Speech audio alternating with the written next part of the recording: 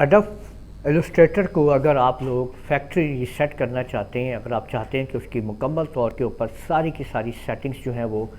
Reset हो जाएं, तो आप लोग विंडो आर का बटन दबाएं और यहाँ पे आप लोग टाइप करें परसेंट के साथ ऐप डाटा आप लोग लें, परसेंट लगा के आसपास ये आपके सामने आ जाएगा। यहाँ पे आप लोग अडोब में आ जाएं और फिर ये आप देख रहे हैं कि इलस्ट्रेटर की ये सेटिंग आपको मिल रही है, अडोब इलस्ट्रेटर 24 सेटिंग। जो भी आप इलस्ट्रेटर यहाँ पे आपके पास होगा उसका सेटिंग ऑप्शन होगी, उसके ऊपर आके उसको आप राइट क्लिक करें और इसको अब आप डिलीट कर दें। और जब आप इसको ओके करेंगे तो अब आप जो अडोब खोलेंगे तो वो आपकी नए सिरे से ओपन होगी और कंप्लीट तौर के ऊपर उसकी सेटिंग जो है वो मुकम्मल तौर पे रीसेट हो चुकी होगी। मुकम्मल रीसेट सेटिंग आपकी अडोब इलस्ट्रेटर की अब हो चुकी है।